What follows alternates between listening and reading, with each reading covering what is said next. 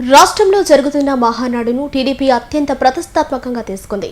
ఈ నేపథ్యంలో ఇఫ్కో కిసాన్ సెజ్ లో ఏర్పాట్లను టీడీపీ అధికార ప్రతినిధులు సూర్యప్రకాష్, కోటంరెడ్డి గిద్దరెడ్డి పర్యవేక్షించారు. అధికార ప్రతినిధులతో మా ఛానల్ 9 ప్రతినిధి Jayaraj face to face. Mahanadu ఏర్పాట్లు అత్యంత వేగంగా జరుగుతున్నాయి. ఇఫ్కో కిసాన్ సెజ్ దీనికి వేదిక కానుంది. మహానాడు ఏర్పాట్లను పర్యవేక్షించేందుకు రాష్ట్ర అధికార ప్రతినిధి సూర్యప్రకాష్ గారు మనతో ఉన్నారు. ఆయన అడిగి మహానాడు ఏర్పాట్లపై ఒకసారి అడిగి తెలుసుకున్నాం. చెప్పండి. తెలుగుదేశం పార్టీ గత 44 సంవత్సరాలుగా స్వర్గీయ నందమూరి తారక రామారావు గారి జన్మదినాన ఒక పండగ వాతావరణంలో అందరికీ హిందువులు కొన్ని పండుగలు ఉండొచ్చు, ముస్లిమ్స్ కొన్ని ఉండొచ్చు, క్రిస్టియన్స్ కొన్ని ఉండొచ్చు, కులాలు మతాలకు అతీతంగా తెలుగుదేశం పార్టీ కుటుంబ సభ్యుల పండగ మహానాడును ఏటా ఘనంగా నిర్వహిస్తాం. తెలుగుదేశం 3.0 అంటే లోకేష్ గారి క్రియాశీలకమైన తర్వాత గతంలో హైదరాబాద్, రాజమండ్రి, విజయవాడ, తిరుపతి లాంటి మహానగరాల్లో మాత్రమే జరిగే మహానాన్ని తెలుగుదేశం పార్టీకి అండగా ఉన్న ప్రతి జిల్లాలో మేము పెట్టాలని చెప్పి గత ఎన్నికల్లో గత సంవత్సరం కడపలో పెట్టాం. ఈ సంవత్సరం నెల్లూరుకు వచ్చాం. తెలుగుదేశం పార్టీకి గత ఎన్నికల్లో కంచుకోటలుగా ఈ 2 జిల్లాల్లో కూడా మొదటి సంవత్సరం అక్కడ, 2వ సంవత్సరం ఇక్కడ పెడుతున్నాం. అద్భుతమైన ఏర్పాట్లు జరుగుతున్నాయి. చరిత్రలో 44 సంవత్సరాల తెలుగుదేశం పార్టీ చరిత్రలో నిలిచిపోయే విధంగా ఈ మహానాడు జరగబోతా ఉంది. తెలుగుదేశం పార్టీ చరిత్రలో నారా లోకేష్ బాబు గారు వర్కింగ్ ప్రెసిడెంట్గా బాధ్యతలు తీసుకున్న మొదటి ఏడాది జరుగుతుంది మహానాడు. దిశ నిర్దేశిస్తాం. పేదవాడి జెండా, పసుపు జెండా శాశ్వతంగా అధికారంలో ఉండాలంటే ఏం చేయాలో మా జాతీయ అధ్యక్షులు వారు, అదేవిధంగా జాతీయ వర్కింగ్ ప్రెసిడెంట్ గారు దిశ నిర్దేశిస్తారు. రాబో రోజుల్లో పేదవాడి జెండా ఈ రాష్ట్రంలో శాశ్వతంగా అధికారంలో ఉండటానికి పునాది రాళ్ళు ఈ సింహపురి నుంచి పడబోతున్నాయి. ప్రస్తుతం మహానాడు కార్యక్రమాలు, ఏర్పాట్లు ఘనంగా జరుగుతున్నాయి. ఇక్కడికి ఎక్కడెక్కడి నుంచి ప్రతినిధులు రాబోతున్నారు, ఎవరెవరు రాబోతున్నారు, ముఖ్య నేతలు ఎవరు? ప్రతినిధులు మొదటి 2 రోజులు ఆంధ్రప్రదేశ్ కానీ, తెలంగాణ కానీ, అండమాన్ నుంచి కానీ తెలుగు వాళ్ళు ఎక్కడుంటే అక్కడ ప్రతినిధులు 50,000 మంది ప్రతినిధులు మొదటి 2 రోజులు వస్తున్నారు.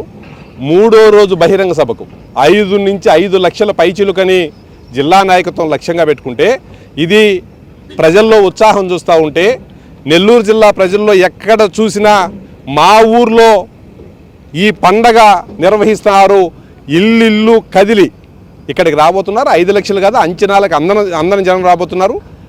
ప్రతినిధులు, అతిథులు ఎవరు ఉంటారండి ఇక్కడ?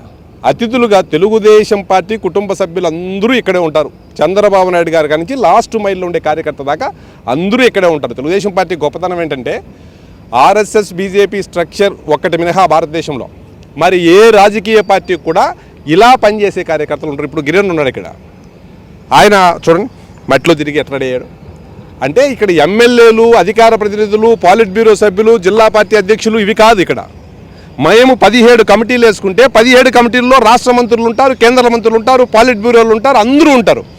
అవసరమైతే పాలిట్ బ్యూరో సభ్యులు, కేంద్ర మంత్రి కూడా కార్యకర్తకు వాటర్ బాటిల్ అవసరమైతే ఎత్తుకొని ఇచ్చే పరిస్థితి. కాబట్టి ఇక్కడ మా కుటుంబ పండగ, మన ఇంట్లో పెళ్లి చేసుకుంటే మనం ఏ విధంగా కుటుంబ పెద్ద ముందుండి చేస్తారో ప్రతి కార్యకర్త కూడా మా ఇంట్లో పండగని భావిస్తారు. మా ఏర్పాట్లు మేమే చేసుకుంటాం. కాబట్టి అతిథులు ఎవరు కాదు, కుటుంబ సభ్యులు అందరూ వాళ్ళ పండగ కాబట్టి అందరూ రాబోతున్నారు. చరిత్రలో ఎప్పుడు చూడనటువంటి మహానాడు నెల్లూరులో మనం చూడబోతున్నాం. రాష్ట్రంలో అధికార ప్రతినిధిగా ఎన్నికైన తర్వాత మొట్టమొదటి నెల్లూరులో మహానాడు వచ్చింది.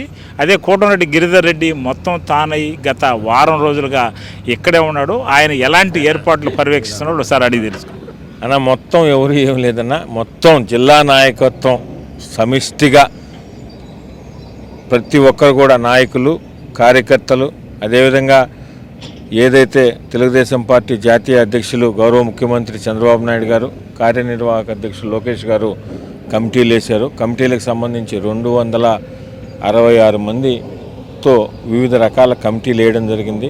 వారి ఆధ్వర్యంలో మొత్తం నాయకులు, కార్యకర్తలు అందరూ కలిసి కూడా నెల్లూరు జిల్లా మహానాడు, ఇంతకు మునుపు కూడా చెప్పాం, నెల్లూరు జిల్లా మహానాడుకు ముందు, జిల్లా మహానాడుకు తర్వాత గతంలో కూడా మా యువనేత నారా లోకేష్ గారు నెల్లూరు జిల్లాలో పర్యటించినప్పుడు నెల్లూరు రూరల్లో ఈ రోజుకు కూడా మేము రాష్ట్రంలో మేము తిరిగేటప్పుడు యువగళం అనేది ఈ రోజుకు కూడా మాతో చాలామంది మాట్లాడుతుంటే చాలా సంతోషంగా ఉంటుంది. యువగళం ఎలాగైతే నెల్లూరు రూరల్ ముందు, నెల్లూరు రూరల్ తర్వాతనే మాట్లాడారో, నెల్లూరు జిల్లా 44 సంవత్సరాల తర్వాత మొట్టమొదటిగా నెల్లూరు జిల్లాకి అవకాశం వచ్చిన నేపథ్యంలో మహానాడు నెల్లూరు జిల్లాకు ముందు తర్వాత అనుకునే విధంగా కార్యకర్తలు, నాయకులతో పాటు జిల్లా ప్రజలు కూడా ఎంతో సంతోషంగా ఉన్నారు. మహానాడు ప్రాంగణం నుంచి అన్ని ఏర్పాట్లు చేస్తున్న అధికార ప్రతినిధులు సూర్యప్రకాష్ గారు, అదేవిధంగా కోటంరెడ్డి గిరిధర్ రెడ్డి గారు, కోటమిరెడ్డి గిరిధర్ రెడ్డి మనతో ఇప్పుడు దాకా మహానాడు ఏర్పాట్లపై పంచుకున్న మాట. వీడియో జర్నలిస్ట్ జోషితో జయరాజ్, మహానాడు ప్రాంగణం నుంచి.